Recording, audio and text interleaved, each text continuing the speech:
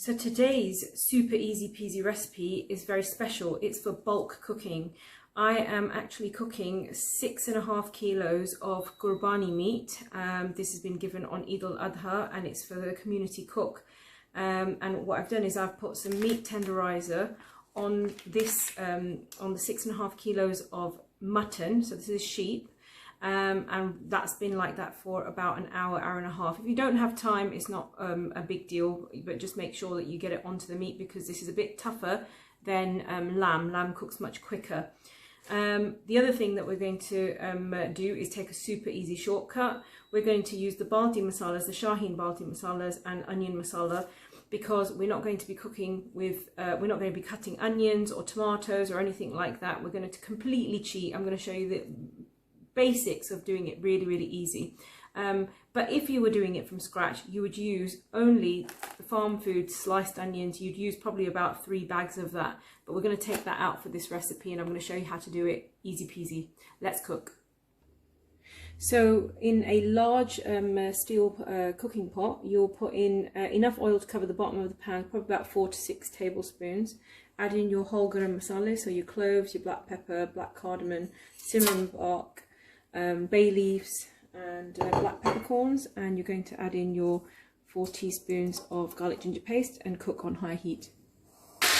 Once the garlic and ginger is golden brown and you can smell the aromatic spices, you're going to add 4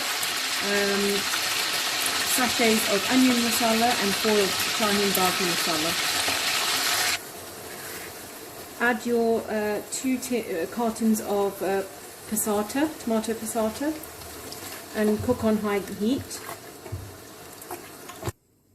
Add your dry spices to the mix and you're going to cook this on high heat. If it spits, just put the lid on until the water dries out. After 10 minutes of cooking, your meat is ready to go in.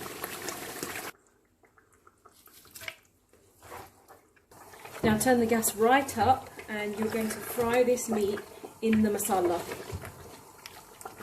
I'm also going to throw in my bullet chili. I usually put in green, but I've only got red today.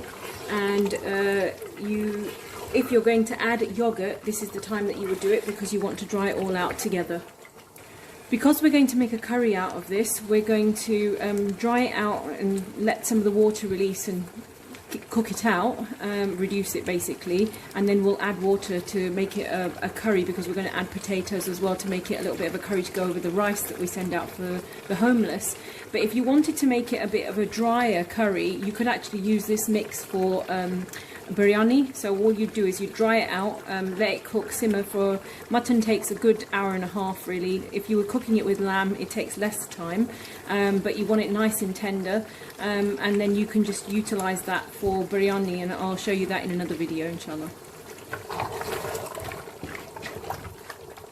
Make sure it's not sticking to the bottom of the pan all the way through, because you're not cooking this with the lid on.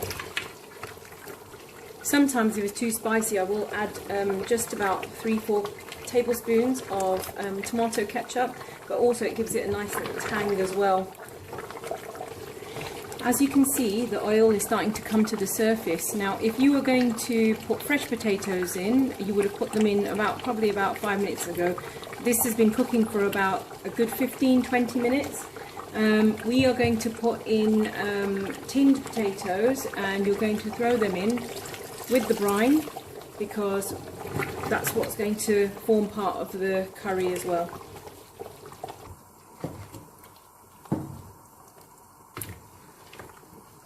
So depending on how much sauce you want in the pan, you can either now just cover it and leave it. Now you can leave that for at least 40 minutes to an hour until it's quite tender. Qurbani meat takes a little bit longer to cook.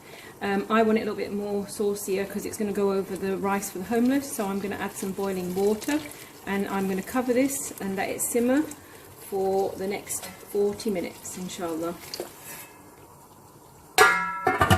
So your lamb is ready.